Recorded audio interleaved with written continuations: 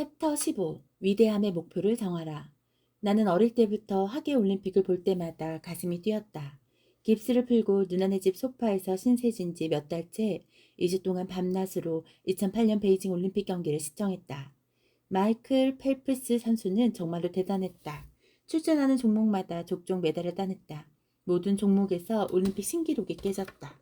소파에서 올림픽을 지켜보며 내가 과연 두 번 다시 선수로 뛸 수 있을지 의문이었다. 그러다가 어느 날 새벽 3시쯤에 핸드볼의 경기 하이라이트를 보게 되었다. 나는 그 스포츠에 완전히 매료되었다. 처음 보는 스포츠였지만 호기심이 잔뜩 생겼고 핸드볼 팀에 대해 할 수 있는 검색은 모조리 다 했다.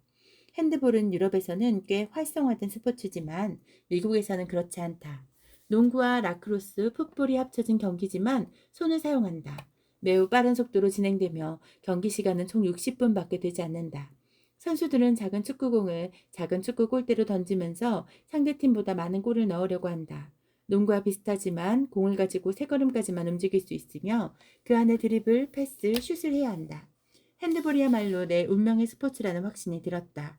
이제 막 풋볼에서 은퇴했지만 내가 운동선수로서 끝났다는 생각은 들지 않았다.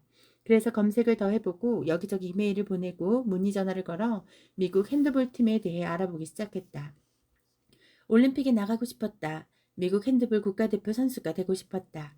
알아보니 내가 사는 오하이오에는 핸드볼 팀이 없었다. 미국의 핸드볼 프로 리그가 하나도 없었다. 전국의 클럽 팀들만 있었는데 그중 최고팀은 뉴욕시에 있었다. 돈을 받고 뛰는 선수는 한 명도 없었다. 전부 다 취미로 핸드볼을 하는 것이었다. 하지만 상관없었다. 나는 돈을 많이 버는 방법을 찾아야 했다. 뉴욕시로 이사가서 핸드볼을 배우고 클럽팀에 들어가고 국가대표 선수가 되어 올림픽에 나갈 수 있도록. 짐작하겠지만 나는 도전을 받아들였고 올인했다. 거의 집착 수준에 가까웠다. 미국 핸드볼 협회에 계속 연락했지만 전화 연결이 거의 되지 않았고 이메일 회신도 받을 수 없었다. 그렇게 2년이 지난 2010년 초 나는 온라인 마케팅 사업으로 마침내 뉴욕에 갈 수 있을 만큼의 돈을 벌었다. 여전히 연락은 닿지 않았다. 뉴욕시 핸드볼 클럽의 웹사이트는 찾았지만 이메일 주소도 전화번호도 나와 있지 않았다. 선수들이 연습하는 장소만 기재되어 있었다. 강연이 있어서 한 달간 뉴욕에 머물게 되었고 클럽에 한번 찾아가 보기로 했다. 막상 가보니 미국에서 태어난 미국인은 나밖에 없었다. 선수들이 30명 정도 있었는데 유럽의 다양한 국가 출신이었고 다양한 언어를 사용했다. 나는 정면으로 부딪혔다. 안녕하세요. 저는 오하이오에서 온 루이스라고 합니다. 핸드볼을 배워 미국 국가대표팀에 들어가 올림픽에 나가고 싶어서 왔습니다. 내 말에 모두가 웃음을 터뜨렸다. 각양각색의 언어로 자기들끼리 이야기하기 시작했다. 영어로 말하는 사람은 한 명도 없었다. 마침내 누군가가 통역을 해주었다. 당신은 누군데 갑자기 와서 허무맹랑한 소리를 하는 거예요. 우리 팀은 지난 주말에 전국 선수권 대회에서 우승했고 오늘이 올해의 마지막 연습 날이에요. 우린 그냥 재미로 핸드볼을 하는 거예요. 오늘은 축구를 할 거고 핸드볼은 안 할 거라고. 연습이 시작되는 3개월 후에 다시 와요. 그때 다시 오겠다고 말하고 몇몇 선수와 인맥을 쌓기 시작했다. 한 명이 다음번에 더 잘 준비하는 팁을 알려주기도 했다. 나는 뉴욕에 계속 머물게 되었고 몇 달 후에 함께 연습하기 시작했다. 나는 도전을 받아들였다. 새로운 도시로 이사와서 다른 배경과 문화 경험을 가진 사람들과 한 번도 해본 적 없는 스포츠를 배워야 하는 불편하기 짝이 없는 상황으로 뛰어들었다. 사용하는 언어조차 달랐지만 내 결심은 단호했다. 나는 꾸준히 연습하기 시작했다. 축구 기술을 가지고 있었지만 숙련된 핸드볼 선수는 아니었다. 몇 년 전의 수술로 신체 능력이 완전하지도 않았다. 그래도 원래 운동신경이 있는 편인데다 아무리 힘들어도 기꺼이 부딪힐 의지가 있었다. 뉴욕으로 날아간 지 9개월 후 나는 미국 핸드볼 국가대표팀에 들어갔고 아르헨티나 부에노스아이레스에서 열린 팬 아메리칸 대회를 통해 처음으로 국제대회에 참가했다. 꿈에 한 걸음 가까이 다가갔고 열정은 더더욱 커졌다. 9년 동안 사업을 키우면서 핸드볼 국가대표팀에서도 뛰었다. 스페인의 프로팀에서도 잠깐 뛰었다. 나는 핸드볼에 모든 것을 쏟아부었고 이스라엘, 런던, 룩셈부르크, 브라질, 우루과이, 멕시코, 캐나다 등 세계 각지와 미국 전역에서 열린 경기에 참여했다. 올림픽 출전이라는 도전에 성공하는 방법은 4년마다 팬 아메리칸 대회라는 토너먼트에 출전하는 자격을 얻는 것뿐이었다. 보통 올림픽 종목은 국가에서 팀이나 개인 선수를 대표로 내보내지만 핸드볼은 좀 다르다. 북아메리카와 남아메리카에서 한 팀만이 올림픽에 출전할 수 있다. 북미와 남미의 국가들이 올림픽 대표를 뽑기 위해 모여서 대결을 펼친다. 어떻게 보면 하프 올림픽인 셈이다. 핸드볼 국가대표로 올림픽에 나가려면 팬 아메리칸 대회에서 우승해야 한다. 브라질, 아르헨티나, 칠레에는 프로리그가 있다. 그곳 선수들은 오랫동안 핸드볼을 했고 정말로 재능이 뛰어나지만 미국 선수들은 모두 아마추어였다. 혼자 아무리 잘해도 소용없다. 팀이 이겨야 하는 거니까. 올림픽 출전은 불가능하지는 않지만 상당히 힘든 일이다. 하지만 올림픽 개최국은 자동으로 출전 자격을 갖게 된다. 미국은 2016년과 2020년 올림픽을 유치하려고 했지만 성공하지 못했다. 하지만 2028년 하계올림픽이 로스앤젤레스에서 열리게 되었으니 무엇이든 가능하다. 어쨌든 내 인생에서 가장 자랑스러운 순간은 미국 핸드볼 국가대표 선수가 되어 경기에 나간 것이었다. 목표를 정하지 않으면 목표를 정하지 않으면 위대함을 달성하기 힘들 것이다. 목적지가 분명히 그려져 있지 않기 때문이다. 방향이 분명하게 보이지 않으면 목적지에 도달하기 위한 전략을 세울 수 없다. 예를 들어 축구에서는 축구공을 골대에 넣어 상대보다 많은 점수를 얻어야 이긴다. 무엇을 해야 하는지 알려주는 목표와 어떻게 할 것인지 알려주는 전략이 없다면 선수들은 그냥 정처 없이 축구장을 떠돌 것이다. 하는 사람도 구경하는 사람도 재미가 없다. 나는 운동선수라면 목표가 있는 것이 현명하다고 생각한다. 나는 인생에서도 스포츠에서도 모든 시즌마다 목표를 가지고 있었다. 목표는 가고 싶은 곳으로 갈 수 있는 집중력과 결단력을 제공해 주었다.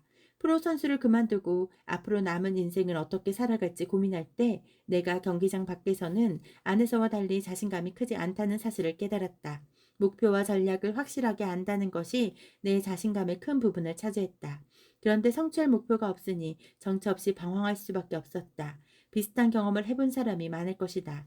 정해진 목표와 그것을 달성하기 위한 집중력과 추진력이 필요하다. 만약 원하는 결과가 나오지 않고 있다면 목표와 초점을 다시 점검해 볼 필요가 있다. 명확한 목표가 없으면 타인의 가치와 목표가 우리의 초점을 흐트려 놓는다.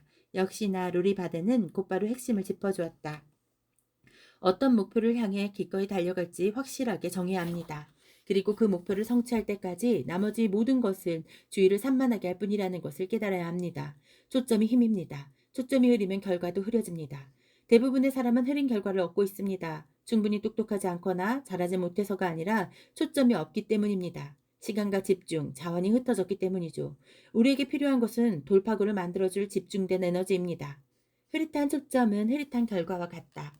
성공을 거둘수록 주의를 흐트러뜨리는 일들이 늘어나고 우선순위의 경쟁도 치열해지면 더더욱 그렇게 된다. 의미 있는 사명에 초집중하지 않으면 절대로 원하는 결과가 일어나지 않을 것이다. 목표에 전혀 진전이 없다고 느끼는 사람이 많은 이유도 그 때문이다. 댄 설리번과 함께 갭, 개인을 쓴 벤저민 하디 박사는 다음과 같이 설명했다.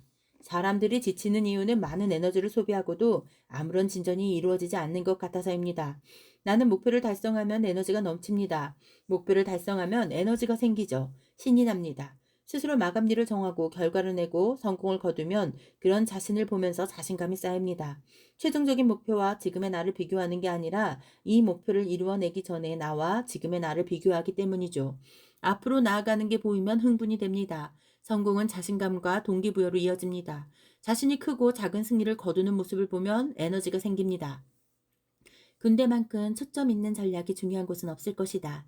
네이비실 출신인 제이슨 레드먼에 따르면 네이비실 대원들은 목표물을 발견하는 순간 분석에 들어간다. 그래야 자신이 무엇을 상대하고 있는지, 무엇을 목표로 삼아야 하는지 알 수 있기 때문이다.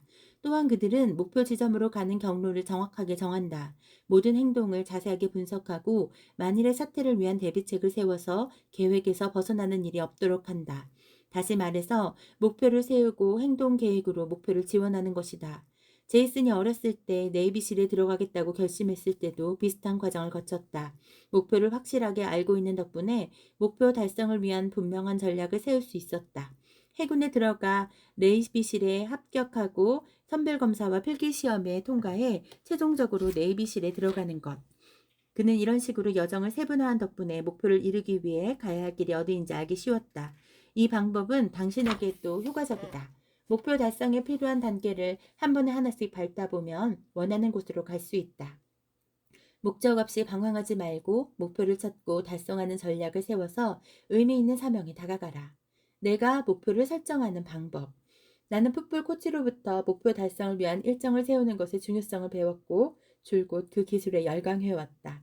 코치는 시즌을 앞두고 우리에게 다음의 질문을 던져서 팀의 목표를 세웠다. 우리 팀의 목표는 무엇이지? 우리가 이루고 싶은 것이 무엇이지? 챔피언십에서 우승하는 것? 결승에 진출하는 것? 몇 경기에서 이기고 싶지? 모든 포지션의 기량을 올리고 싶은가? 우리는 이 질문을 짚어보면서 공통의 목표를 세웠다. 연습 첫날 사물함에는 일정표가 들어있었다.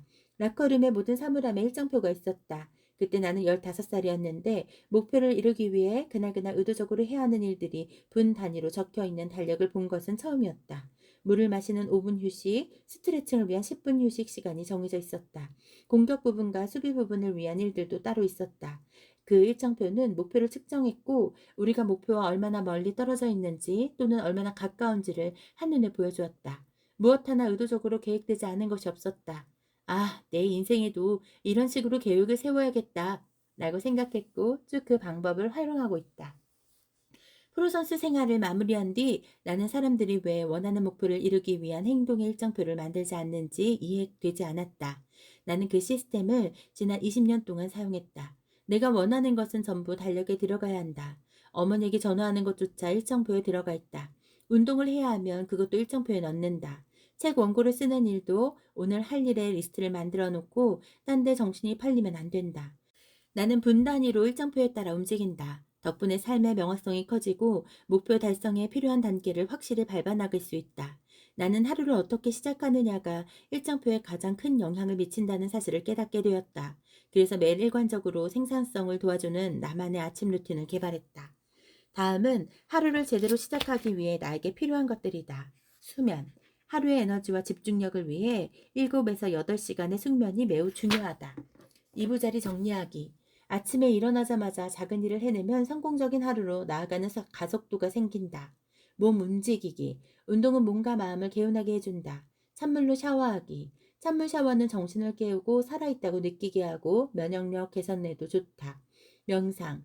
긴장을 풀고 감사함을 느끼면 머릿속이 맑아진다. 좋은 아침 루틴은 그날 하루가 긍정적인 출발선상에 놓이게 한다. 하루의 일정을 좀 더 안정적으로 세우고 통제할 수 있다. 하루의 시작이 긍정적일수록 남은 시간도 더욱더 효율적으로 보낼 수 있다. 자동적 반응이 아닌 주도적인 태도를 가지면 직접 원하는 삶을 만들어 나갈 수 있다. 삶이 부정적인 방향으로 나를 끌고 가도록 내버려 두지 않는다. 나는 꿈과 목표를 향해 달려가는 수많은 최고의 성과자를 인터뷰했다. 그들이 일정한 구조를 갖춘 일정표를 만들어 책임감을 키우고 자신을 코치함으로써 꿈과 목표에 투자한다는 사실을 발견했다. KT 밀크먼에 따르면 원하는 결과가 일어나겠거니 막연하게 기대하는 것이 아니라 일정표를 세워서 실천하면 원하는 결과가 나올 확률이 더 높다는 사실은 과학적으로도 증명되었다. 성공을 위한 계획을 세우는 것이 핵심이다. 언제 무엇을 할 것인지 말이다. 밀크먼은 만약을 위한 계획을 세워두는 것도 중요하다고 말한다. 목표를 계획하는 방법에 대한 피터 고리처의 연구에 따르면 목표를 끝까지 해내는 사람일수록 구체적이고 자세한 구조로 이루어진 계획을 세운다. 그들은 만약 X이면 나는 Y를 한다는 규칙을 통해 목표를 달성하는 경우가 많았다. 월요일 오후 5시에는 체육관에 가서 마라톤 대회 출전을 위한 훈련을 한다라는 식이다. 결과에만 집중하고 할 일이 무엇인지만 알고 있지 말고 구체적인 시간과 세부 사항을 적어 놓으면 실행 가능성이 커진다.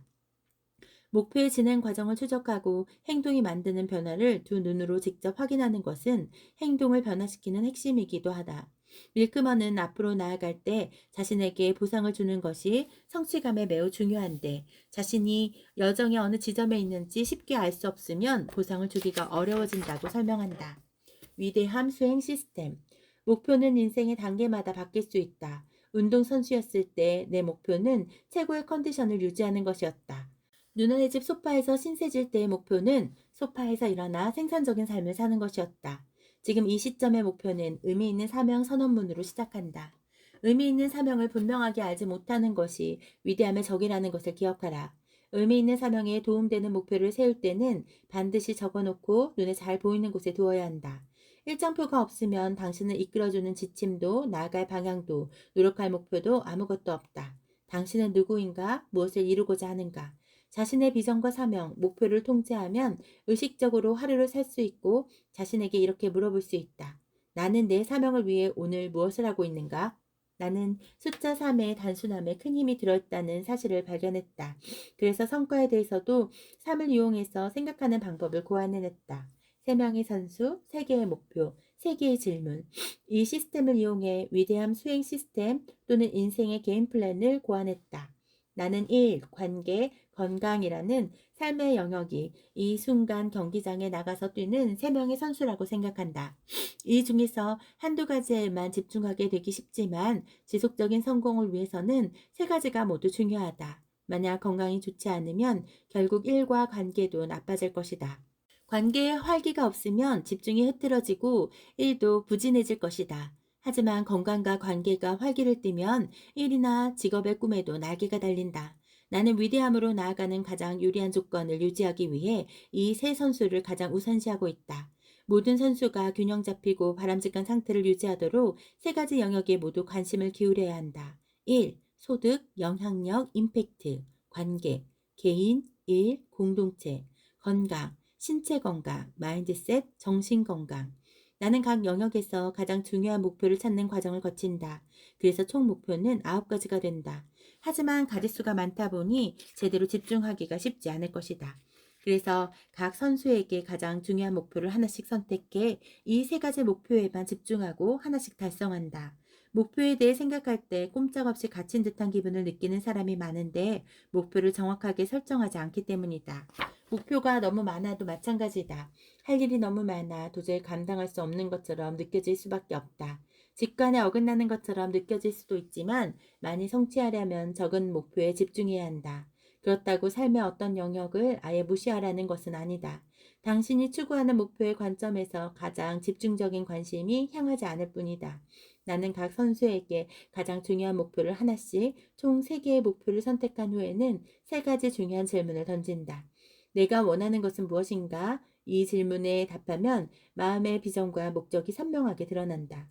나는 그것을 왜 원하는가? 이 질문에 답하면 의미 있는 사명과 다시 이어지고 심오하고 강력한 행동 동기를 활용할 수 있게 된다. 이 질문에 답이 선뜻 나오지 않을 때도 있는데 그것은 다른 질문을 할 필요가 있다는 뜻이다.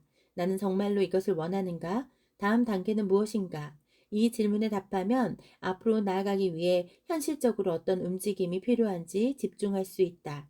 앞으로 6개월 후에 무엇을 해야 하는지 몰라도 된다. 계속 앞으로 나아가기 위해 지금 당장 할 일이 무엇인지만 알면 된다. 위대한 수행 시스템에서 숫자 3의 힘을 활용하면 삶의 모든 영역뿐만 아니라 위대함에 이르는 구체적인 목표에 집중할 수 있다. 목표를 매일 실행 가능한 단계들로 나누어 일정표를 세우면 된다. 실제로 위대함 코칭 커뮤니티의 회원들은 이 입증된 GPS 프로세스를 삶과 비즈니스에 적용하여 획기적인 성공을 경험하고 있다. 이 책을 읽는 당신도 위대함의 여정에서 이 방법의 효과를 누리기 바란다. 팁, 위대함을 위한 연습 과제. 위대함 코칭 프로그램에 참여하는 사람들은 내가 목표를 설정하고 달성하는 과정을 도와주기 위해 고안한 위대함 플레이북 전체를 이용할 수 있다. 여기에서는 전체 활동의 일부분만 소개하지만 방금 소개한 방식으로 목표를 설정하고 일정표를 만드는 데 큰 도움이 될 것이다. 연습, GPS 목표 설정 계획. 3명의 선수와 9개의 영역에 대하여 다음 질문에 답하라. 1. 이 영역이 3년 후 어떤 모습이기를 바라는가? 꿈에 대한 이 질문은 당신의 상상력에 시동을 건다. 꿈이 이루어지지 못하도록 방해하는 것이 하나도 없다는 가정하에 답을 생각해보자. 형식에 구애받을 필요가 없다. 완벽한 문장으로 깔끔하게 쓰지 않아도 된다. 그저 마음껏 상상력을 발휘하라. 2. 나는 이것을 왜 원하는가? 무언가를 원한다고 생각했지만 원하는 이유를 깊이 파고들어 보면 예상 밖의 답이 나올 때가 많다. 진정으로 원하는 것이 아님을 알게 되기도 한다. 그런가 하면 오히려 그것을 원하는 심오한 동기가 발견되어 목표를 추구하는 원동력으로 활용할 수도 있다. 진정한 동기를 파악할 수 있을 때까지 이 질문을 여러 번 해야 할 수도 있다. 지금까지 나온 답을 고려할 때 9개 영역에서 가장 중요한 목표는 무엇인가? 하위 영역 아래의 첫 번째 줄에 목표를 쓴다. 최소 2줄의 공간을 남겨둔다. 4. 선수마다 목표를 하나씩 선택한다. 그리고 나서 각 목표에 대해서 다음에 세 가지 질문을 던지고 행동을 준비한다. 다음 단계로 넘어갈 때마다 이 과정을 반복하면 앞으로 나아가는 동안 계속 명확성을 잃지 않을 수 있다. 내가 원하는 것은 무엇인가? 나는 그것을 왜 원하는가? 다음 단계는 무엇인가? 챕터 16. 지원군을 모아라. 스포츠가 언제나 내 삶에서 큰 부분을 차지한 이유는 공동체의 의식을 느끼게 해주었기 때문이다. 나를 지지해주는 팀이 있다는 것만으로 시련 앞에서도 강해질 수 있었다. 시련이 닥쳐도 힘을 실어주는 동료들이 있었고, 나 역시 그들에게 목표를 향해 나아가도록 힘을 보태줄 수 있었다. 스포츠계를 떠난 뒤로 공동체의 지지가 그리웠는데 크로스핏에서 다시 찾았다. 같이 운동하는 사람들의 모임에서 서로에게 책임을 다해야 한다는 마음을 다시 느꼈고 일주일에 4에서 5일씩 헬스장에 나가기 시작했다. 물론 수업을 지도하고 지원해주는 코치가 있었지만 모든 동료가 서로를 격려하고 응원하며 앞으로 나아갈 수 있도록 도와주었다. 크로스핏은 수년간 내가 건강 목표에 책임을 다할 수 있게 해준 1등 공신이었다. 1. 관계, 건강 분야의 목표가 무엇이든 책임과 지원은 성공과 실패를 좌우하는 마법의 열쇠가 되어줄 수 있다. 어쩌면 당연하겠지만 나는 책임에 세 가지 측면이 있다고 생각한다. 자신에 대한 책임, 다른 사람에 대한 책임, 공동체에 대한 책임.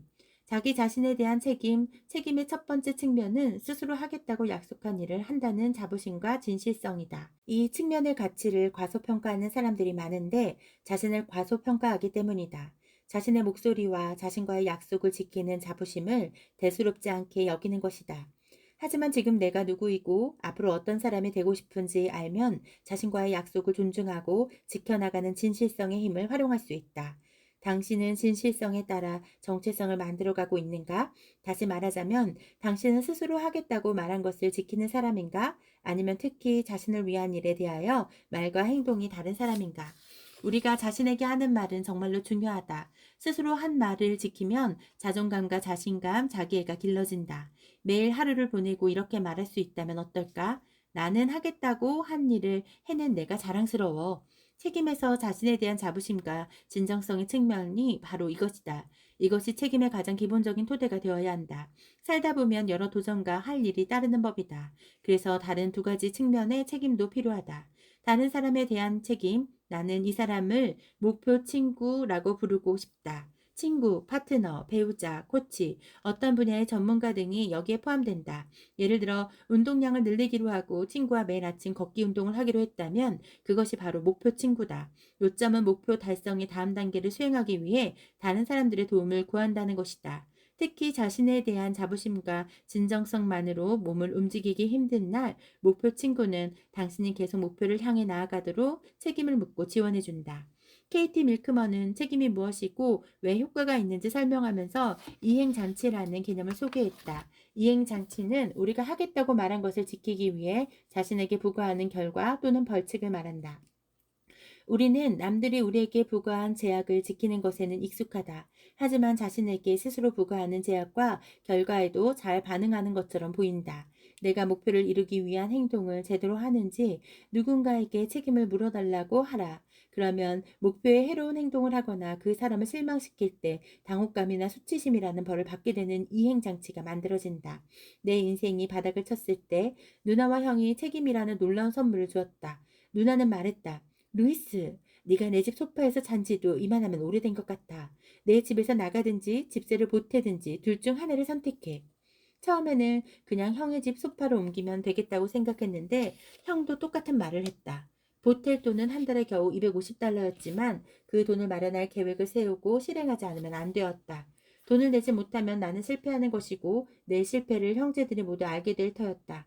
실패하면 느끼게 될 당혹감이 변화를 행동에 옮겨야 하는 불편함보다 훨씬 컸다. 그래서 나는 몸을 바쁘게 움직였다.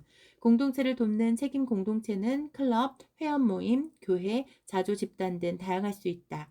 공식적이거나 비공식적일 수도 있고 상부 구조일 수도 있고 임시적일 수도 있고 필요에 따라 자주 만나거나 소통할 수도 있고 그렇지 않을 수도 있다. 인간은 긍정적인 동료 집단 압력에 잘 반응하는 공동체적인 존재라는 사실을 아는 것이 중요하다. 다른 사람들이 나에게 의지하고 있다는 것을 알면 할 일을 건너뛰지 않게 된다. 그들에 대한 헌신이 부족하다는 사실을 인정하는 셈이 되기 때문이다. 생산성 전문가 토마스 프랭크에 따르면 책임을 공유하는 공동체 안의 하위 그룹은 책임을 공유하는 팀이다. 나의 성과에 따라 그룹의 성공이 좌우된다. 여기에는 사업 파트너, 직장 동료 또는 가족 구성원이 포함될 수 있다. 팀의 책임 공유 효과가 강력한 이유는 내가 실패하면 모든 팀원이 알게 될 뿐만 아니라 내 실패가 곧 그들의 실패가 되기 때문이다. 그래서 팀의 성공과 밀접한 관련이 있는 목표를 함께 추구하는 것이 효과적이다. 예를 들어 사람들과 팀을 이루어 30일간의 체중 감량 챌린지에 참여한다고 해보자. 성공하면 함께 보상을 누리고 실패하면 함께 실패의 쓴맛을 보아야 한다. 팀의 책임 공유 효과는 모든 구성원이 성공을 위해 노력하는 강력한 동기부여가 된다. 위대함의 목표를 추구할 때 공동체의 힘을 활용하면 큰 도움이 될 수 있다. 책임의 여러 측면이 어떻게 작동하는지 몇 가지 예를 들어보겠다. 풋볼 선수였을 때 나에게는 이번 시즌에 터치다운 득점을 몇 점 하겠다는 등 개인적인 목표가 있었다. 그 목표를 달성하기 위해 나 자신을 몰아붙였다. 이것이 나 자신에 대한 책임이었다. 그리고 코치는 내가 매일 훈련에 대한 책임을 다하도록 이끌어 주었다. 훈련에 참석하지 않거나 100%를 쏟아붓지 않으면 벌칙으로 몇 킬로미터를 달리거나 다음 경기에서 벤치 신세가 되는 등의 결과가 따랐다. 그리고 나는 최선을 다하지 않아 팀원들을 실망시키는 일을 만들고 싶지 않았다. 공동체의 지원이 내가 계속 앞으로 나아가도록 동기를 부여했다. 또 다른 예는 여자친구와의 관계다. 여자친구는 내가 내 길을 잘 가고 있는지 피드백을 주는 중요한 사람이다.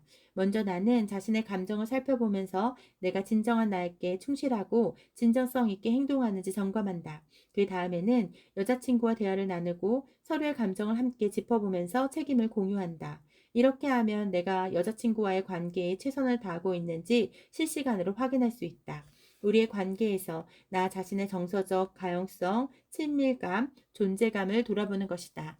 만약 이런 부분에서 한동안 문제가 발견된다면 우리의 관계는 단절될 것이다. 그리고 나는 감정을 다루고 지금의 내 모습을 돌아보고 새롭게 가다듬기 위해 2주에 한 번씩 심리치료사에게 도움을 얻는다. 마지막으로 나는 친구들과 어울리고 이 공동체로부터도 피드백을 받는다. 나에 대해 솔직하게 이야기해주고 걱정스러운 부분이 보이면 용감하게 지적해줄 친구들과 어울리려고 노력한다. 삶의 모든 영역에서 세 가지 측면의 책임에 의식적으로 관심을 기울이자. 그러면 의미 있는 사명을 이루기 위해 하겠다고 다짐한 행동을 반드시 실천할 수 있다. 전문가의 도움. 나는 항상 전문가들에게 도움을 받는다. 여기서 말하는 전문가에는 심리치료사, 코치, 사제, 멘토 등이 포함될 수 있다. 이들은 우리가 책임을 다하는 데 필요한 기술을 가진 전문가들이다. 전문가의 지원은 당신의 성공에 절대적으로 중요할 수 있다. 새로운 기술을 배울 기회를 주거나 평소의 관점에서 벗어나 새롭고 귀중한 관점을 제공해 주기 때문이다. 하지만 이들을 목표 친구가 아닌 코치로 생각하는 것이 더 도움될 것이다. 우리가 책임을 다하도록 도와주는 전문가의 또 다른 특징은 대개 금전적으로 큰 비용이 든다는 것이다. 나는 몸을 만들기 위해 전문 트레이너에게 1대1 도움을 받는데 분명히 효과가 있다. 돈을 내고 이용하는 만큼 빼먹거나 소홀히 한다면 자신이 바보처럼 보일 것이다. 하지만 전문가를 고용할 여유가 없다면 지역단체나 비영리단체 등 도움을 받을 수 있는 다른 선택지가 있는지 알아본다. 올림픽 선수들에게도 코치가 있습니다. 그런데 왜 우리는 코치 없이 할 수 있을 거라고 생각할까요? 베스트셀러 사는 게 귀찮다고 죽을 수는 없잖아요의 작가 젠 신체로는 나와의 인터뷰에서 이렇게 멋진 질문을 던졌다. 우리는 완전히 백지 상태에서 새로운 기술을 배울 때 실패하면 왜 그렇게 놀라는 걸까? 한 걸음 뒤로 물러서서 바라보면 자존심 때문이라는 것이 분명하게 보인다. 최고의 풋볼 선수 톰 브레이디에게도 코치와 각종 전문가가 줄줄이 붙어 있다. 내 팟캐스트 위대함 학교에 2번 출연한 유명 테니스 선수 노박 조코비치도 마찬가지다. 나는 그를 돕는 전문가 팀을 실제로 본 적이 있다. 전문가들은 그가 스트레칭이나 회복에 대한 책임을 소홀히 하지 않고 경기 후에 충분히 잠을 자도록 지원한다. 노박은 사우나와 체력 관리에 필요한 모든 것을 포함해 완벽한 회복 시스템이 갖춰진 전용 버스를 타고 이동한다. 젠 신체로는 전문가를 이용하려면 적지 않은 비용이 들지만 혼자 힘으로 할 때보다 훨씬 빨리 진전이 이루어지므로 장기적으로는 돈과 시간이 절약된다고 말한다. 나 역시 어떤 영역에서는 혼자서도 발전을 이룰 수 있지만 그렇지 못한 영역도 있다는 것을 경험으로 깨달았다. 혼자서는 모든 걸 다 알 수 없는 데다 특히 무엇을 모르는지를 모른다. 전문가는 우리가 모르는 것을 알려주고 배울 수 있는지조차 몰랐던 것을 배우도록 도와줄 수 있다. 그래서 나는 일, 관계, 건강의 개선에 스스로 책임을 다할 수 있도록 종종 전문가들의 도움을 받는다. 우리가 책임을 다하도록 도와주는 전문가는 꼭 사람이 아닐 수도 있다. 나는 여행할 때 운동 루틴과 식당을 제공하고 마인드셋과 명상, 수면에 관해 조언을 해주는 온라인 앱을 이용한다. 그 앱은 운동해야만 하는 날짜가 적힌 달력을 제공함으로써 내가 책임을 다하도록 도와준다. 운동을 다 하고 나면 목표를 달성했음을 증명하기 위해 사진을 찍어야 한다. 나는 그 사진을 반드시 찍고 싶다. 민트닷컴과 같은 개인 금융 관리 앱과 같은 도구를 이용하는 것도 책임을 다하기 위해 전문가의 도움을 받는 것이다. 전문가들의 지원을 받을 수 있는 선택지는 무궁무진하다. 장담하건대 위대함의 여정에서는 어떤 식으로든 전문가의 지원이 필요해질 것이다. 인지신경과학자 캐롤라인 리프는 내 팟캐스트에 출연했을 때 최고의 지원 시스템으로 심리치료를 추천했다. 나 역시 심리치료사가 얼마나 큰 도움을 주는지 여러 번 강조했지만 치료사가 당신이 할 일을 대신 해주지 않는다는 사실을 알아야 한다. 캐롤라인은 이렇게 말했다. 당신과 24시간 살아가는 사람은 바로 당신입니다. 그러므로 전문가의 도움을 받더라도 책임의 모든 측면을 다 고려해야 한다. 앞에서 말했지만 내 인생의 대장은 바로 나다. 잘된 일이다. 책임이 여러 겹일수록 목표를 위한 행동을 미루지 않을 가능성이 커진다. 자신에게 가장 잘 맞는 방법으로 조합해서 실험해보자. 피해야 할 위험. 지원과 책임을 활용할 때 몇 가지 고려해야 할 점이 있다. 문제가 발생하는 경우는 거의 드물지만 혹시 모를 과속 방지턱을 피할 수 있도록 내가 터득한 팁을 알려주겠다. 첫째, 재미없는 책임 파트너를 선택하지 마라. 별건 아닌 것처럼 들릴 수도 있지만 목표를 달성하기 위해 노력하는 과정이 두렵기만 하라는 법은 없다. 내 경험상 재미있을수록 포기하지 않고 끝까지 할 가능성이 훨씬 크다. 그런데 그 과정의 재미는 함께하는 사람이 좌우한다. 예를 들어 지금 나는 위대한 권투 선수이자 올림픽 동메달리스트인 토니 제프리스와 함께 훈련하고 있다. 그는 매번 힘들어 죽을 것 같은 수준의 훈련을 시킨다. 힘들기만 하고 재미없는 훈련이 될 수도 있었지만 오히려 우리는 즐기면서 하고 있다. 나는 글러브를 끼는 순간 그를 놀리기 시작한다. 어이, 이제 곧 제자한테 질 텐데 기분이 어때? 올림픽 메달리스트가 애송이한테 한 방 먹고 나가 떨어질 텐데 기분이 어떠신가? 그러면 그도 장난스러운 반박을 시작하고 어느새 우리는 웃으면서 즐겁게 훈련을 한다. 그는 매번 나를 쓰러뜨리기 직전까지 고생시키지만 그 경험을 즐겁게 만들어준다. 함께 있으면 즐거운 코치와 멘토, 책임 파트너를 찾는 것은 분명히 노력해볼 가치가 있는 일이다. 둘째, 긍정적이 아닌 부정적인 태도를 보이는 파트너를 피하라. 부정적인 사람과 같이 있으면 에너지만 고갈될 뿐 아무런 도움도 되지 않는다. 책임을 다하도록 도와줄 파트너를 구할 때는 그 사람과 그 사람의 행동이 당신에게 기쁨과 건강을 가져다 주는지 생각해 봐야 한다. 만약 그렇지 않고 앞으로도 그럴 가능성이 없어 보인다면 다시 생각해 보라. 목표를 세우고 잔뜩 기대와 흥분에 부풀었지만 친구에게 공개했을 때 부정적인 반응이 돌아와서 의지가 확 꺾였던 경험이 있는가? 기억하고 싶지 않은 그런 경험을 여러 번 했을 것이다. 당신의 성장을 방해하는 공동체와는 거리를 두어야 한다. 괜찮다. 당신이 성장하고 변화함에 따라 어차피 그들과의 관계에도 변화가 불가피해질 테니까. 셋째, 당신의 성공을 중요시 않는 사람들을 피하라. 스스로에게 이렇게 물어봐야 한다. 나의 성공이 이 사람에게 얼마나 중요한가? 당신의 실패를 바라거나 당신의 성공에 무관심한 사람에게 책임 파트너를 맡기면 안 된다.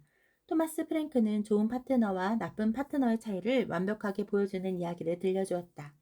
토마스는 매일 25분씩 논픽션 서적을 읽겠다는 목표를 세웠다. 그는 꼭 목표를 이룰 생각으로 단 하루라도 빠뜨리면 친구에게 $100를 주기로 했다. 이 친구는 모두가 원하는 바람직한 책임 파트너의 태도를 보여주었다. 그는 토마스에게 난 자네가 실패해서 그 코 묻은 돈을 받고 싶지 않아. 그러니까 절대로 실패하지 마. 라고 말했다. 그런가 하면 또 다른 친구라는 인간은 오히려 토마스에게 돈 내기를 제안했다. $100를 챙기려고 그의 실패를 적극적으로 응원한 것이다. 이 이야기가 주는 교훈은 나의 실패를 기뻐하지 않을 사람으로 책임 파트너를 신중하게 선택하라는 것이다. 넷째, 무관하거나 요청하지 않은 조언에 집착하지 마라. 원치 않는 사람이 우리 인생에 개입할 때가 있다. 당신의 방식에 대해 부탁하지도 않은 조언을 던지는 사람들이 분명히 있을 것이다. 하지만 그 말을 새겨들을지 한 귀로 흘려버릴지는 우리의 선택에 달려있다. 전직 미국 비밀 경호국 특수요원 에비 폼프라스는 이 선택을 의식적으로 하는 방법을 알려주었다. 에비는 누군가가 의견을 제시할 때마다 자신에게 묻는다. 이 사람은 누구이며 내가 왜 이 사람의 말에 귀 기울여야 하는가? 이 질문에 좋은 대답이 나오지 않는 사람의 비판은 그냥 흘려버린다. 애비는 사람들이 상대가 아닌 자신의 상황을 토대로 의견을 제시한다는 사실을 발견했다. 그래서 자신의 가치관과 의미 있는 사명에 계속 자신을 맞추는 것이 더더욱 중요하다. 우리의 가치관이 비판자의 가치관과 다르다면 당연히 결정도 서로 다를 것이다. 무관한 타인의 조언에 영향받는 일을 피하는 또 다른 방법은 자신의 사명에 대해 철저하고 신중하게 생각하는 것이다. 조던 피터스는 우리의 마음에 의심이 있을 때마다 다른 사람들의 의견이 영향을 미친다는 사실을 발견했다. 철저하게 계획하고 준비한다면 비판에 대응할 수 있다. 스스로 충분하고 준비가 되어 있으며 할 수 있다는 것을 확실하게 알고 있으니까. 내가 그 사실을 믿으면 그 누구도 나를 막을 수 없다. 다섯째, 너무 극단적인 태도로 목표를 추구하지 마라. 모든 인생 영역의 목표를 한꺼번에 극단적인 방법으로 추구하려고 하면 실패할 수밖에 없다. 예를 들어 재정 목표와 신체 건강 목표를 동시에 똑같이 열정으로 추구한다면 이렇게 다짐해야 할 것이다. 나는 앞으로 3개월 동안 돈을 한 푼도 쓰지 않을 것이다. 출근길에 커피를 사 마시지 않겠다는 뜻이다. 식사는 무조건 집에서 해결할 것이고 매일 직접 요리할 것이다. 신선하고 건강에 좋은 재료를 사용하기 위해 며칠에 한 번씩 장을 볼 것이다. 돈도 절약하고 건강한 식사를 하고 모든 것을 완벽하게 해낼 것이다. 그리고 운동도 매일 할 것이다. 하루에 2번씩. 이것이 바로 극단적인 방식이다. 분명히 처참하게 실패해 큰 좌절에 빠질 것이다. 극단적인 방식은 변화가 단계적인 과정을 거쳐 이루어지는 삶의 자연스러운 흐름에 어긋난다. 예를 들어 건강을 위해 큰 변화가 필요해서 고강도의 90일 챌린지에 올인한다고 해보자. 하지만 이 방법이 감정적인 피해를 일으키고 앞으로의 인생에 영향을 미칠 수도 있다는 것을 알아야 한다. 이 챌린지를 지원하려면 다른 영역 목표는 강도를 약간 줄여야 할 것이다. 그렇지 않으면 심신이 너덜너덜해져서 다른 목표들에는 책임을 다하지 못하고 장기적으로는 피해가 막심해진다. 한두 번씩 건너뛰는 일이 발생한다면 그 핑계로 아예 포기해버리기 쉽기 때문이다. 위대함을 위한 연습 과제. 연습 1. 무관하거나 요청하지 않은 조언에 대처하라. 누군가의 조언에 따르기 전에 그 사람에 관한 중요한 질문을 해봐야 한다. 아니, 애초에 당신의 목표를 누군가에게 공유하는 것부터 신중하게 생각하라고 말하고 싶다. 당신의 의미 있는 사명을 공개하기 전에 과연 그가 당신과 그 사명을 존중할 것인지를 알아야 한다. 잠재적인 책임 파트너를 평가하고 반응하는 방법을 연습해보자. 1단계, 확인하기. 현재 당신이 의미 있는 사명에 관하여 내리려는 결정이 무엇인가? 투자에 관한 결정일 수도 있고, 다음에 적절한 단계가 무엇인지 알려는 것일 수도 있고, 사명을 추구하기 시작하려는 선택일 수도 있다. 이 결정에 영향을 미칠 수 있는 사람은 누구인가? 배우자, 부모, 친구, 나에게 영향을 미치는 사람이 꼭 내가 조언을 구하고 싶은 사람이 아닐 수도 있음을 알아야 한다. 사람들은 묻지 않아도 자신의 생각을 이야기할 것이다. 심지어 그들의 행동이 당신에게 영향을 줄 수도 있다. 다른 사람을 위해 좋은 방법인 것 같다는 이유로 무언가를 선택한 적이 있는가? 그 결정이 무엇이었고 누구와 관련이 있었는지 적어보자. 2단계 평가하기. 우리는 자신의 인생에 영향을 미치는 사람을 까다롭게 선택할 권리가 있다. 당신은 트레이너, 치료사, 재무설계사 등 전문가의 도움을 받고 있을지도 모른다. 이 사람들을 신뢰하기 전에 충분한 조사를 거쳤을 것이다. 책임 파트너 역시 까다롭게 선택해야 한다. 1단계에서 이름을 쓴 사람들에 대해 아래 질문에 답해보자. 이 사람이 이 분야에 대해 조언할 자격이 있는가? 그 사람의 조언은 나의 상황을 고려한 것인가? 아니면 자기의 경험에 근거한 것인가? 이 사람에게 내 성공이 중요한가? 내가 실패하거나 노력하지 않으면 이 사람이 얻을 것이 있는가? 이 사람은 코치인가? 비판자인가? 3단계 반응하기. 조사를 통해 무엇을 알게 되었는가? 이 사람들은 당신의 상임 파트너가 될 자격이 있는가? 만약 대답이 그렇다라면 그들이 어떤 식으로 책임 파트너의 역할을 해주기를 바라는가? 반드시 이행 장치를 만들어 놓아야 한다. 목표를 위한 행동을 하지 않으면 금전적 지출을 해야 하는 방법이 있을 수도 있다. 만약 당신이 언행일치를 중요하게 생각하는 사람이라면 자존심에 타격을 입을 것이다. 그 밖에도 약속을 지키지 않으면 곤란해지는 방법이 여러 가지가 있을 수 있다. 아래의 계획을 적는다. 만약 대답이 아니다라면 이 사람이 내 목표에 개입하지 못하도록 제거하는 방법은 무엇인가?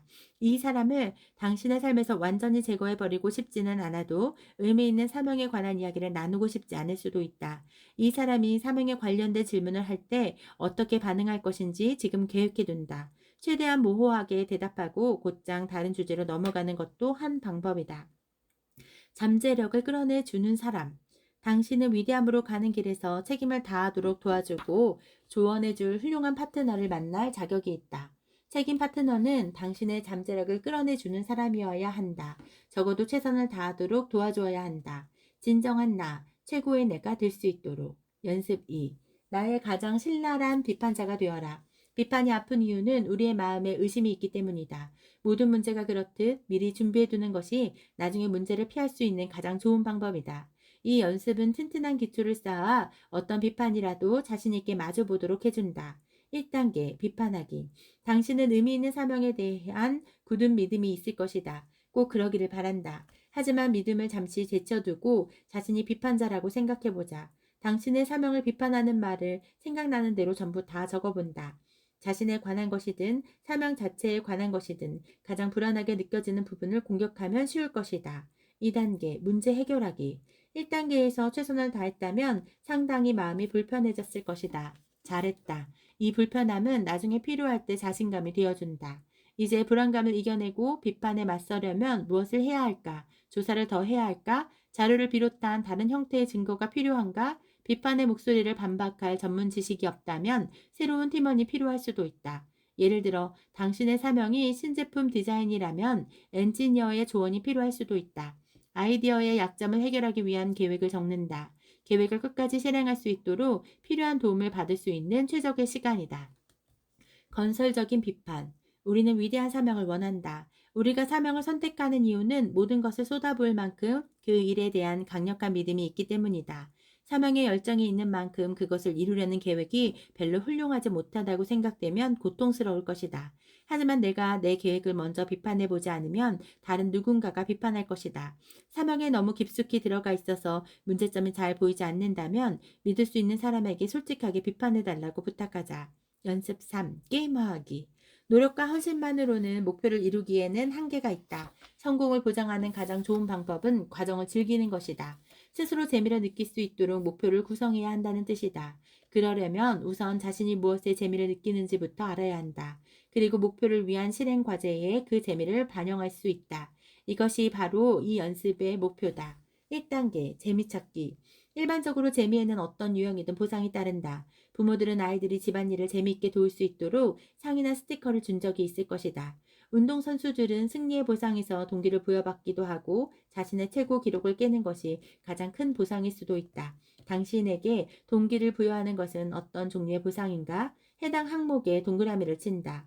물질적 보상, 진전에 대한 물리적 증거, 타인의 긍정 확언, 돈, 치팅, 자신의 최고 기록 경신, 다른 사람을 이기는 것. 2단계 도전의 재미 요소 넣기.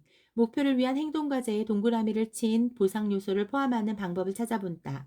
도움이 될 만한 몇 가지 아이디어를 제안한다. 물질적 보상. 안타깝게도 어른들에게 작은 물건이나 스티커를 상으로 줄 사람은 없지만 스스로 비슷한 방법을 써볼 수 있다. 자신이나 타인에게 해를 끼치지만 않는다면 가끔 자신에게 작은 사치를 허용하는 것도 나쁘지 않다. 다만 형편에 맞지 않는 지출을 하거나 해로운 대응 기제에 탐닉해도 된다는 의미가 아님을 알아야 한다. 꽃을 좋아한다면 자신에게 꽃다발을 사주고 힘든 일주일을 보내고 즐기는 영화 한 편으로 스트레스가 풀린다면 그렇게 하라. 전진의 물리적 증거. 거의 무한한 선택지가 존재한다. 그래프, 체크리스트, 사진, 완성된 파일 또는 폴더로 진행 과정을 추적할 수 있다. 달력은 매일 반복되는 작업에 대한 시각적인 보상을 활용하기 좋다. 타인의 긍정 학원. 책임 파트너의 지원이 큰 도움이 된다. 책임 파트너는 당신에게 긍정적인 태도를 보여주고 칭찬해 줄 수 있는 사람이다. 하지만 가장 중요한 확언은 그 누구보다도 자신에게서 나와야 한다는 사실을 기억하라. 자신에게 긍정적인 메모나 편지를 써두고 상황이 어려워질 때마다 참고하는 방법이 있다. 돈, 목표를 지키지 않으면 금전적 지출을 해야만 하도록 하는 방법이 있다. 성공하면 돈을 벌거나 절약할 수도 있을 것이다. 당장 명백하지 않지만 금전적 이익을 얻고 있다는 사실을 떠올려도 좋다. 예를 들어 건강에 좋은 식단을 추구하는 것이 목표라면 외식을 피함으로써 돈을 절약하는 부수적인 효과도 얻을 수 있다. 치팅, 제한적인 타협점을 마련한다. 필요하다면 마리사 사리프의 비상시를 위한 예외 전력을 다시 살펴보자. 최고 기록 경신, 행동 과제를 측정하는 방법을 찾는다. 시간, 생산, 속도, 수익 등을 추적할 수 있다. 이 숫자들을 추적해서 자신을 어디까지 밀어붙일 수 있는지 확인한다. 스스로 불가능한 도전 과제를 던져주고 어떻게든 해내는 방법을 찾아볼 수도 있다. 다른 사람을 이기는 것, 책임 파트너와 친절한 경쟁을 해보자. 단 비현실적인 상대와 자신을 비교하면 보상이 오히려 독이 되므로 주의해야 한다. 현명하게 투자하라. 시간이든 돈이든 관계든 행복에 대한 투자는 장기적인 성공에 대한 투자라는 것을 기억하라. 챕터 17. 일을 끝내라. 스테판 커리가 농구공을 던지는 모습을 본 적이 있는가? 예술 작품이 따로 없다. 농구를 잘 모르는 사람을 위해 설명하자면 3점 슛 라인은 농구 코트의 양쪽 끝에 있는 농구 골대를 둘러싼 활 모양의 선이다. 가장 먼 거리는 골대로부터 23피트 9인치가 떨어져 있다. 3점 슛 라인에서 공을 던져 성공시키는 선수들은 공이 네트 안으로 경쾌하게 들어가는 소리를 보상으로 받는다. 커리의 3점 슛 실력은 정말로 대단하다. 연속으로 3점 슛 105개를 성공시키고 처음 실패하는 유튜브 영상이 올라와 있을 정도다.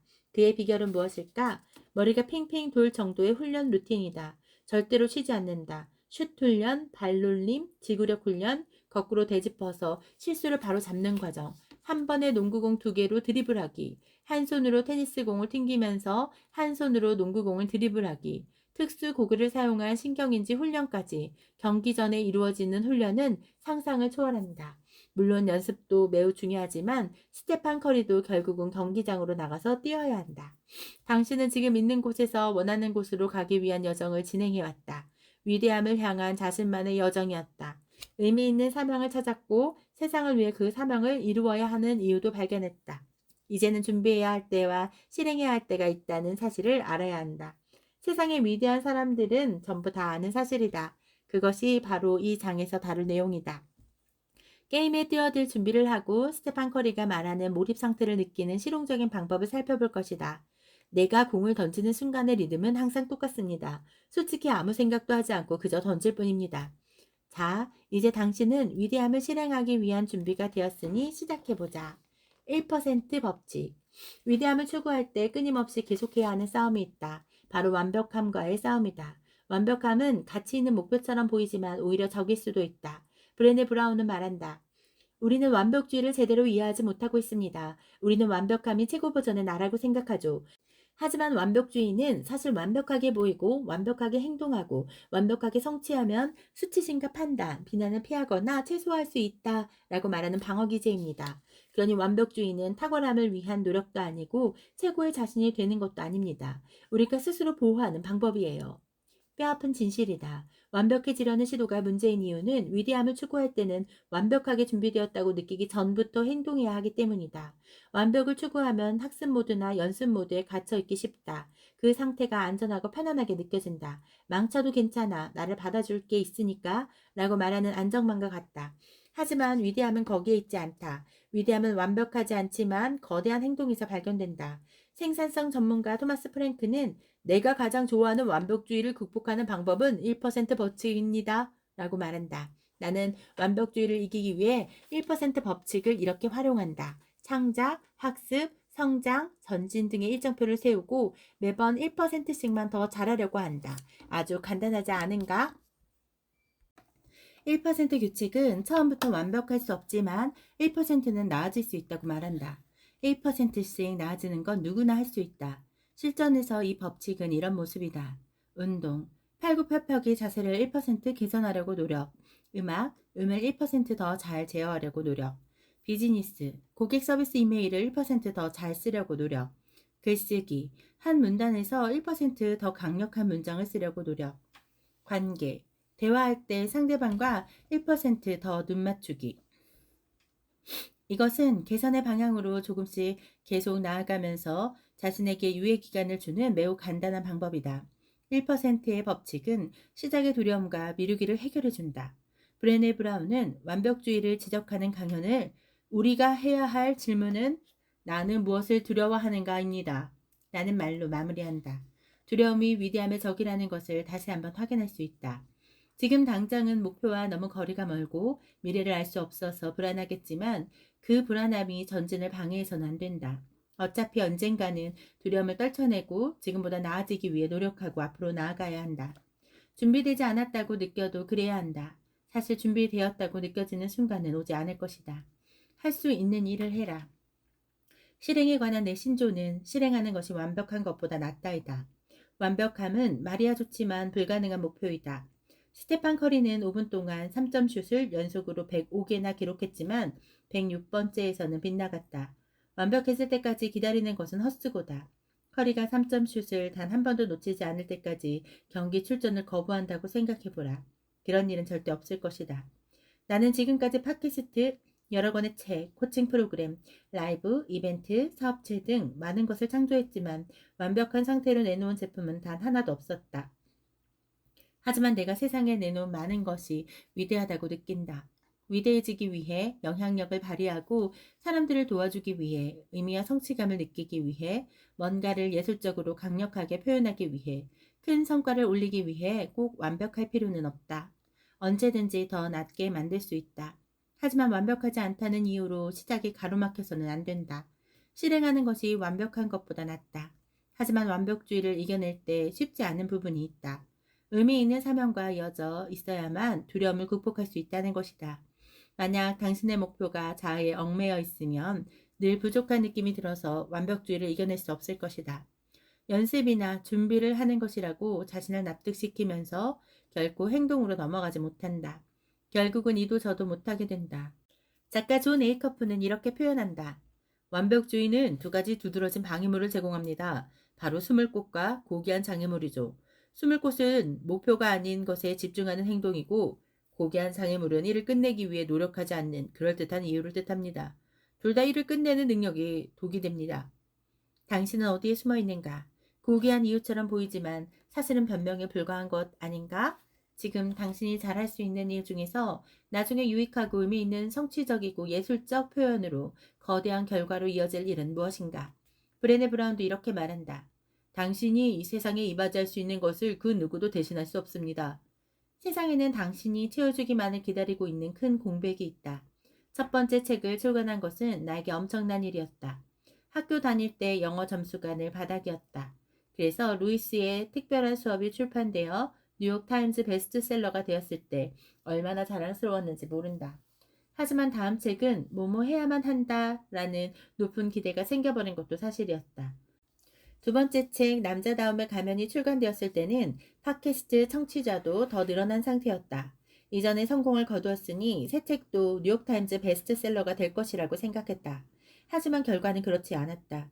솔직히 말해서 며칠 동안 충격에서 헤어나지 못했다. 큰 도움을 받았다고 말하는 사람들이 많았는데도 속상하고 상처받고 화도 났다. 솔직히 그런 내 모습에 주변 사람들도 짜증이 났을 것이다. 나는 일어나지 않은 일을 바라고 있었다. 품었던 기대가 완전히 빗나가 버렸다. 한마디로 기대 후유증에 시달리고 있었다. 하지만 머지않아 내가 그 책을 쓴 가장 큰 이유는 베스트셀러에 오르기 위해서가 아니라 사람들이 더 나은 삶을 살 수 있도록 도와주기 위해서라는 것을 깨달았다. 게다가 책이 베스트셀러가 되는 것은 내가 통제할 수 없는 일이었다. 물론 베스트셀러 목록에 올라갈 수 있도록 내가 할 수 있는 일들이 많았고 실제로 최선을 다했다. 하지만 뉴욕타임즈의 서평 이사회를 포함하여 내가 통제할 수 없는 요소들이 많았다. 어쨌든 내 책은 다른 훌륭한 베스트셀러 목록들에 올랐다. 이를 끝내기 위해 꼭 기억해야 할 사실은 우리가 통제할 수 있는 것과 통제할 수 없는 것이 있다는 것이다. 그 차이가 무엇이고 어디에 초점을 맞춰야 하는지 분명히 알아야 한다. 성취와 자신감을 한데 묶어서 생각하면 통제할 수 없는 것에 초점이 맞춰진다. 그보다는 가장 큰 노력과 영향력, 창의적 표현, 일관성에 집중하는 것이 좋다. 이것은 우리가 통제할 수 있고 자랑스러움을 느끼게 해주는 것들이다.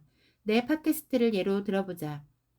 이 글을 쓰는 지금 주간 팟캐스트 위대함 학교를 진행한 지도 10년이 되었다.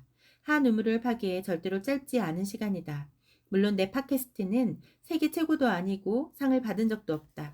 나보다 늦게 시작해서 더 크게 키운 사람들도 있다. 만약 내가 오로지 성취를 통해서만 자신감을 느꼈다면 분명 실망했을 것이다. 하지만 나에겐 선택권이 있다. 가지지 못한 것에 집착하거나 내가 가진 것과 이대로도 충분하고 그 이상이 되어가는 중이라는 사실을 되새길 수 있다. 나는 매주 1억 명을 도와주겠다는 의미 있는 사명으로 열심히 일하고 있다. 이게 바로 내가 가진 것이다. 내가 사명을 위해 어떤 일을 수행하느냐고? 나는 지구상에서 가장 멋지고 똑똑한 사람들을 인터뷰하고 그들의 지혜를 청취자들에게 공유한다.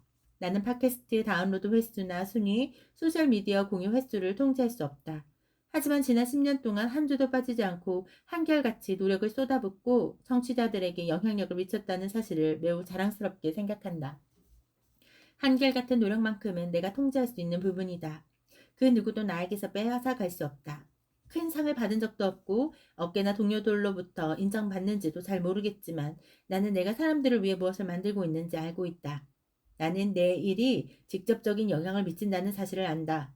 나는 내 일이 내 삶과 공동체에 미치는 영향을 안다. 이 일이 우리 팀의 삶에 어떤 영향을 주는지도 안다. 올바른 일을 실행에 옮기려면 자신이 통제할 수 있는 것과 통제할 수 없는 것의 차이를 알아야 한다. 그리고 의미 있는 사명을 향해 나아가는 자신의 한결같은 노력을 칭찬하라. 그렇게 하면 당신은 성공할 것이다. 일을 끝내는 열쇠. 의미 있는 사명을 향해 나아가는 현실적인 방법에 대해 몇 가지 살펴보자. 먼저 어디서부터 시작해야 할지를 생각해 봐야 한다.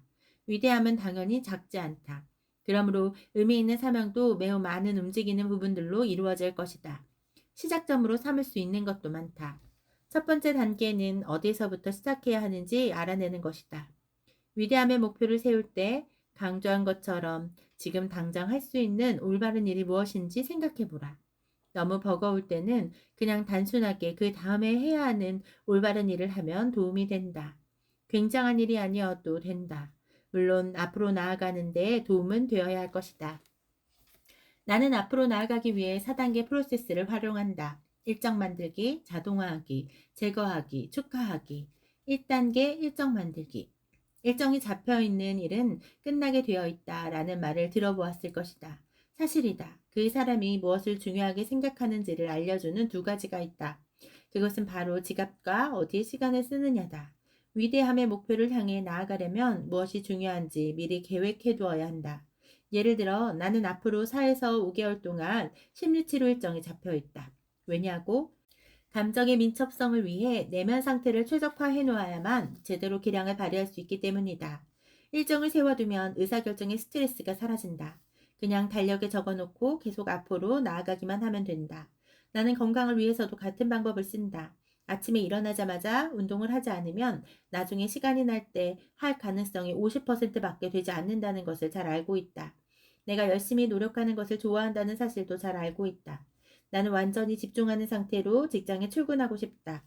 인터뷰를 진행하고 글을 쓰는 것을 비롯해 사업 관련 업무를 전부 처리하려면 많은 에너지가 필요하다. 체육관에 가서 운동을 하는 것은 내가 일에서 최고의 기량을 발휘하기 위해 매우 중요하다. 나는 매일 운동이나 신체 활동을 할 때마다 가장 큰 자신감과 자부심, 자기의 기쁨, 건강을 느낀다. 그래서 운동을 매일 아침에 첫 번째 일정으로 넣는다. 아침에 일어나면 굳이 생각할 필요도 없이 자연스럽게 운동을 한다. 일정은 에너지를 관리하는 루틴을 만드는 데 도움이 된다. 토마스 프랭크는 자신의 하루 루틴을 이렇게 설명한다. 나는 낮 동안의 에너지가 제한되어 있습니다. 그래서 자기 절제가 필요한 일이 있으면 그것부터 먼저 합니다. 그 다음에는 외부적인 규율과 책임감으로 나머지 하루를 힘차게 버텨나가는 거지요. 무엇이 당신에게 힘을 주는가? 회복수단은 무엇인가? 무엇이 당신을 위대함으로 나아갈 준비가 되게 하는가? 루틴인가? 일정표와 가장 친한 친구가 되면 어떨까? 가장 중요한 일을 위한 시간을 확보해 두어라. 중요한 일들을 우선 처리하고 작은 일들은 그 후에 챙겨라. 그래야만 중요한 것에 좀 더 가까워질 수 있다.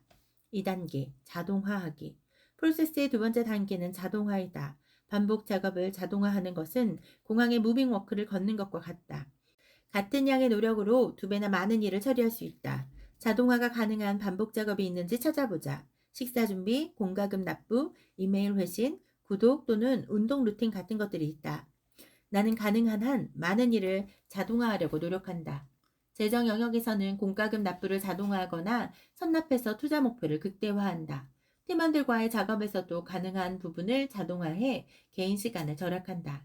팀원들이 비즈니스 성장을 위해 효율적이고 효과적으로 일할 수 있도록 팀 교육도 자동화한다. 당신이 매일, 매주, 매달, 매년 하는 일들을 살펴보라. 반복적인 일이 뭐가 있는가? 자동화가 가능한 행동인데 시간만 낭비되고 있지는 않은가? 굳이 내가 하지 않아도 될 일을 누구에게 위임할 수 있을까? 자동화를 루틴의 핵심 전략으로 활용하면 더 많은 일을 끝낼 수 있다. 3단계, 제거하기. 제거하기는 매우 중요하다. 우리는 중요하지 않은 일이나 다른 사람에게 맡겨도 충분히 잘 해낼 수 있는 일에 너무 많은 시간을 소비한다. 당신이 기업가라면 모든 회의와 이메일 대화, 토론과 결정에 빠짐없이 참석할 필요가 없다. 모든 것을 직접 관리하려고 하지 마라. 팀원들이 각자 잘하는 일에서 강점을 발휘할 수 있도록 힘을 실어주고 당신 역시 잘하는 일을 맡아야 한다. 나는 직접 하지 않아도 되는 일들을 일정표에서 신중하게 제거한다. 그 시간에 회사와 모든 사람의 성장에 도움이 되는 일에 더 집중할 수 있다. 제거하면 일의 가속도가 붙는다. 줄이고 벗겨내고 간소화하여 버릴 것들을 찾아라. 없어져도 전혀 아쉽지 않을 것이고 앞으로 나아가는 속도가 더 빨라질 것이다. 4단계 축하하기. 마지막으로 자신의 승리를 축하하는 것은 좋은 일이다. 중요한 일에 일정표를 만들고 쓸데없이 에너지를 빼앗는 일을 자동화하고 하지 말아야 할 일을 제거하면 무척 기분이 좋을 것이다. 그래서 나는 하루를 끝내고 스스로에게 이렇게 말한다. 나는 오늘 해야 할 일들을 끝내서 정말로 감사하다. 오늘 해낸 일들을 마음속으로 다시 짚어보면서 인정해주고 내일을 준비한다. 이렇게 하루의 끝에 감사를 되새기면 자신의 마음에 드는 환경과 프로세스가 만들어진다. 에너지가 생기고 자신감도 샘솟는다. 목표에 더 가까이 다가가기 위해 오늘 내가 한 노력에 자부심이 생긴다. 이 모든 일은 시간이 지남에 따라 정체성의 토대를 이룰 것이다. 젠 신체로는 습관을 들이는 습관은 정말 중요합니다. 라고 말한다. 원하는 만큼 큰 성과가 나오지 않거나 일관성이 살짝 떨어져도 피곤할 정도로만 실행하면 좋은 습관이 만들어질 수 있다. 이것이 바로 습관을 들이는 습관이다. 시간이 지날수록 점점 더 쉬워질 것이다. 계속 앞으로 나아가라. 그 다음에 옳은 일을 하라. 그리고 일을 끝내라. 유의성 루틴. 많은 고성과자는 매일 같은 옷을 입고 같은 음악을 반복해서 듣고 아침마다 정해진 메뉴를 먹고 저녁에 똑같은 만트라를 읊는다. 루틴은 집중력을 유지해줄 뿐 아니라 작은 의사결정을 내려야 하는 데서 오는 부담감과 산만함을 최소화해준다. 최고 중의 최고들은 효과적인 루틴을 가지고 있다.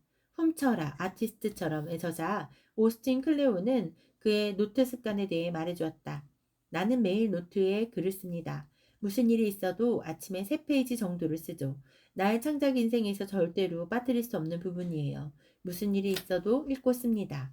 빛 없는 학위의 저자 앤서니 오닐은 부자들의 습관에 대해 이렇게 말했다. 내 주변의 부자들은 보면 월요일부터 금요일까지 매일의 루틴이 있습니다. 프로 스케이트보드 선수 출신의 사업가이자 방송인 롭 드리덱도 같은 생각이다. 목적지에 도착하려면 자기 규율이 있어야 합니다. 규율과 일관성만큼 힘든 게 없죠. 어떻게 하면 규율과 일관성이 커질까요? 자신이 어디로 가고 있는지 분명하게 알아야죠. 목적지가 어디인지 분명하게 알지 못하면 아무리 바쁘게 뛰어도 위대함을 향해 나아가지는 못할 것이다. 다른 사람들의 일에 휘둘리고 휘말리게 된다. 위대함에는 희생이 필요하다. 전직 올림픽 스키 선수 린지보는 이렇게 말했다. 어떤 분야에서든 성공하고 싶다면 희생해야만 합니다. 가장 성공한 사람들은 가장 재능 있는 사람들이 아니에요. 가장 똑똑한 것도 아닙니다. 그들은 다른 사람들보다 좀 더 멀리까지 달리는 사람들이에요.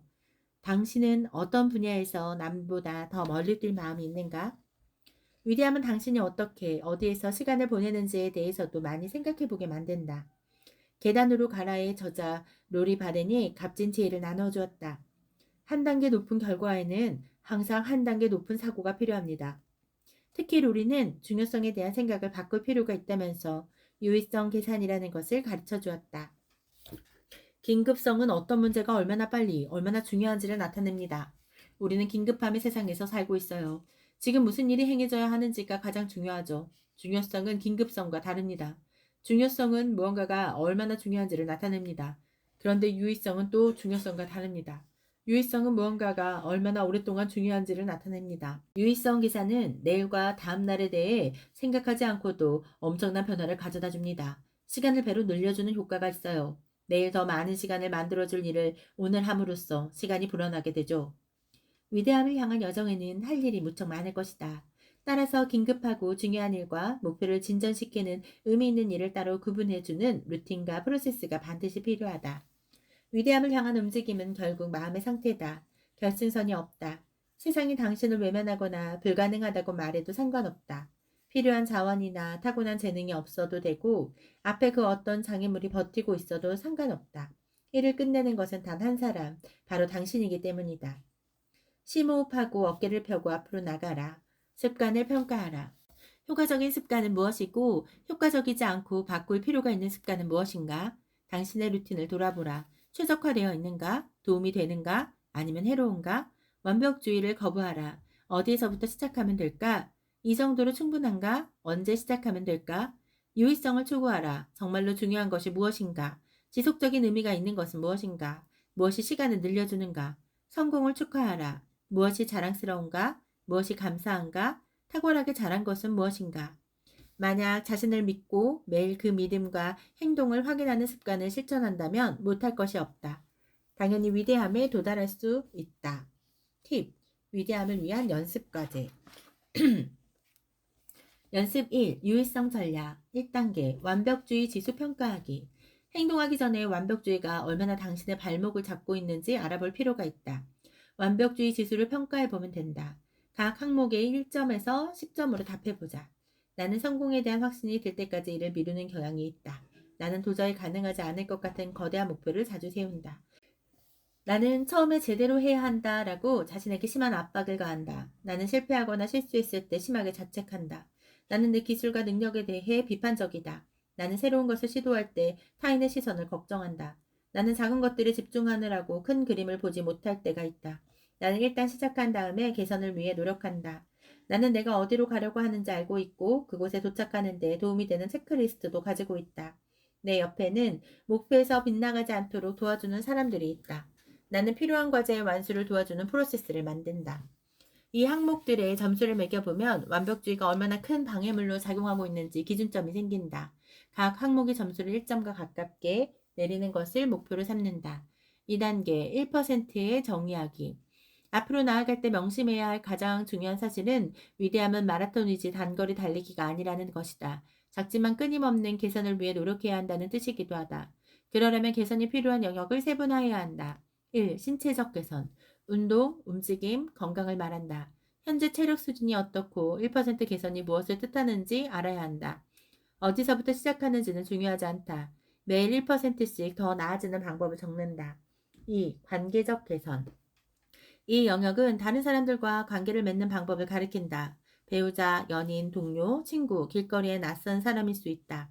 각각의 관계에서 그 관계를 1%더 개선하는 방법에 대해 생각해보고 적는다. 3. 정신적 개선. 여기에는 생각과 정신적 회복력이 포함된다. 당신의 하루를 이끄는 생각들을 찾아 긍정적인지 부정적인지를 알아보아야 한다. 부정적인 생각을 1% 개선한다는 것은 긍정적인 쪽으로 이동한다는 뜻이다. 긍정적인 생각은 더 좋게 만드는 방법을 찾는다. 4. 지적 개선.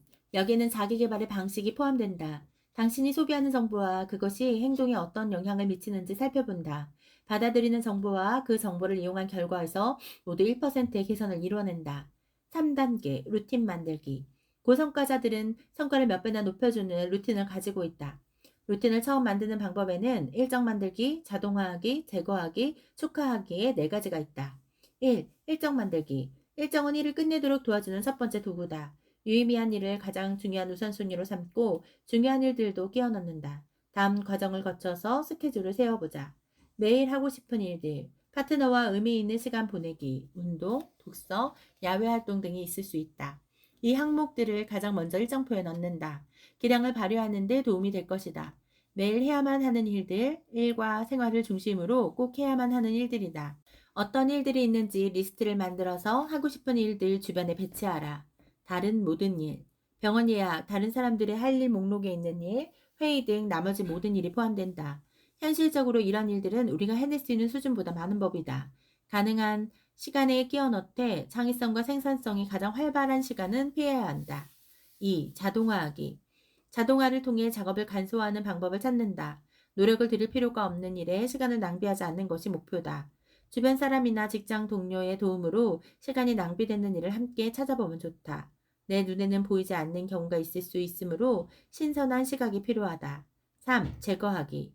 내 주의를 필요로 하지 않는 일들에 시간을 낭비하지 않는 것이 목적이다. 다음의 질문을 통해 제거할 일들을 찾아보자. 내가 시간을 가장 효율적으로 사용하는 일은 무엇인가? 그 일을 나만 할 수 있는 이유는 무엇인가? 다른 사람에게 맡겨도 잘 해낼 수 있는 일은 무엇인가? 내 진짜 목표에 방해되는 일은 무엇인가? 내가 빠져도 되는 회의나 이메일 대화는 무엇인가? 나의 강점이 아닌 약점인데도 맡은 일은 무엇인가? 내가 좋아하지 않는 일 중에서 다른 팀원에게 더 적합한 일이 있는가? 4. 축하하기. 마지막으로 축하할 시간을 마련한다. 목표를 이룬 것은 자신에게 보상을 주어야 하는 이유가 된다. 나를 행복하게 해주는 것들을 적는다. 완벽주의의 유혹을 이겨내고 일을 끝낸 자신을 칭찬해주자. 4단계 유의성 정의하기. 이 연습에서 가장 개인적이고도 가장 중요한 일이다. 지금까지의 삶을 돌아보고 지금 의미를 추구하기 위해 무엇을 하고 있는지 생각하는 시간을 가져본다. 지금 나는 의미 있는 일들에 시간을 보내고 있는가? 10년 후 내가 무엇을 이루었는지, 그것이 왜 중요했고 어떻게 의미로 이어졌는지에 대한 선언문을 써보자. 그 다음에 하루의 시간을 어디에 쓰는지 돌아보고 조정해야 할 부분을 찾는다. 챕터 18. 축하하라. 나는 충분하다. 예전에는 내가 이룬 것을 축하하지 않았다. 축하받을 가치가 있는 사람이라고 생각되지 않았기 때문이다. 아무리 큰 성공을 이루어도 축하받을 가치가 충분하다는 생각이 들지 않았다. 2번이나 올 아메리칸 선수에 오르고 프로 선수가 되고 세계 신기록을 경신하는 목표를 달성했을 때도 나는 스스로 충분하다고 생각하지 않았기 때문에 축하를 허락하지 않았다. 무조건 지금보다 더 크고 더 훌륭한 일을 해내야 한다고 생각했다. 9년 전에 치유의 여정을 시작한 후에야 성공을 축하해도 된다고 나 자신에게 허락하게 되었다. 최종 목적지에 도착해 모든 도전이 끝나서 하는 축하가 아니었다. 내가 해낸 일을 축하하면서 사명을 이루기 위해 아직도 해내야 할 일이 많다는 것을 깨닫는 시간이었다. 나는 절대로 멈추고 싶지 않다. 계속 성장하고 배우고 발전하고 창조하고 싶다. 축하는 내가 충분하지 않은 사람이라서 더 열심히 해야 한다는 압박감을 느끼지 않고도 성취의 강렬한 순간을 오롯이 즐길 수 있게 해준다. 나는 이대로 충분하지 않으니 더 잘해야 한다고 나 자신을 압박하지 않고 아무리 작은 성공이라도 잠시 멈추고 감사하는 법을 배웠다. 예를 들어 나는 지난 10년 동안 더 락 드웨인 존슨을 팟캐스트에 꼭 출연시키고 싶었다. 하지만 아직 이루지 못했다. 그런데 최근에 그가 인스타그램에서 나를 팔로우했다. 현재 그의 인스타그램 계정 팔로워는 3억 명이 넘지만 그가 팔로우하는 계정은 불과 500명 정도밖에 안 된다. 예전 같으면 목표를 아직도 이루지 못하다니 좀 더 열심히 해라. 나 자신을 나무랐을지도 모른다. 하지만 지금의 나는 그 목표에 한 걸음 더 가까워졌다는 사실을 축하하고 기뻐할 줄 알게 되었다. 더 락은 나를 팔로우한 다음 날 인스타그램에 내가 그의 친구 제이 글레이저를 인터뷰하는 팟캐스트 영상을 올렸다. 그는 인터뷰에 강력한 메시지를 언급하면서 나를 태그했다. 내가 계속 목표를 향해 나아가고 있고 더 락을 인터뷰하는 날에 또 한 걸음 가까워졌음을 다시 한번 축하했다. 우리는 얼마든지 여정을 긍정적인 시선으로 바라볼 수 있다. 좋은 방법은 매일 저녁에 자신에게 이렇게 물어보는 것이다. 오늘 감사할 일은 무엇인가? 오늘 축하할 일은 무엇인가? 내일 할 일이 있다는 사실을 알지만 오늘의 성공과 성장의 순간을 음미하라. 예전에 나는 작은 성공을 축하하면 현실에 안주하게 된다고 생각했지만 지금은 틀렸음을 잘 알고 있다.